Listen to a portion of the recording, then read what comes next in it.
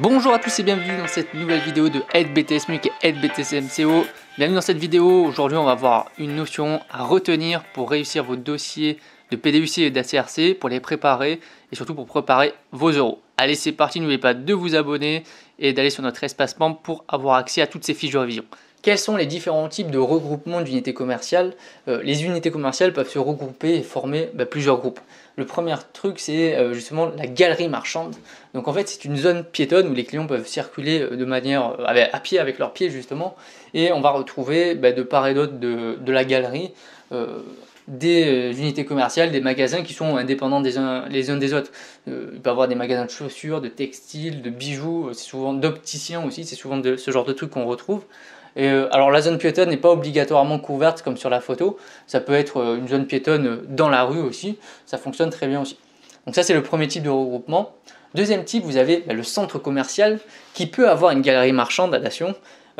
Donc dans le centre commercial, la particularité qu'on a, c'est qu'on a une locomotive. Une locomotive, c'est tout simplement un grand magasin, enfin, c'est souvent soit une grande distribution alimentaire, un Carrefour, un Auchan, un Casino ou un autre type de magasin, ou soit un grand GSS, donc une grande distribution spécialisée, ça peut être un grand Decathlon, un grand Intersport, un grand Darty, un Leroy Merlin, et autour justement dans ce centre commercial, on va disposer plein d'unités commerciales à côté.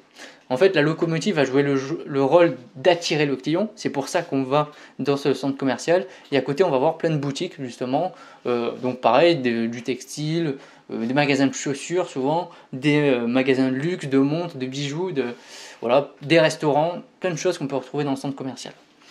Et vous avez la zone commerciale, donc quelle est la grosse différence avec le centre commercial? C'est que la zone commerciale c'est un espace territorial, donc là dans le centre commercial vous vous déplacez à pied à l'intérieur du centre, alors que dans la zone commerciale c'est un espace territorial, donc vous avez des routes, donc vous pouvez vous déplacer, vous avez des parkings, vous pouvez vous déplacer avec votre voiture pour aller justement aux différents magasins qui s'y trouvent. Donc par exemple c'est le cas de Plan de Campagne, mais vous avez plein de grandes zones commerciales en France où vous avez à la fois de la grande distribution alimentaire, donc des grands magasins, des grands hypermarchés souvent. Vous avez aussi des grandes surfaces spécialisées, des magasins de textiles, des magasins de sport, de bricolage, d'ameublement, et tout autour aussi vous avez des UC de service, donc de la restauration, là il y a du bowling, du laser game, plein d'activités, du cinéma, plein d'activités pour les différents clients qui viennent passer un bon moment.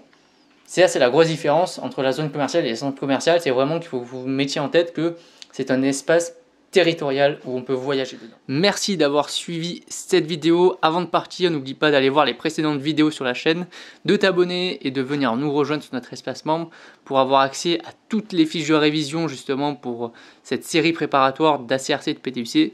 On se retrouve très bientôt pour une nouvelle vidéo. Allez, bye, à bientôt.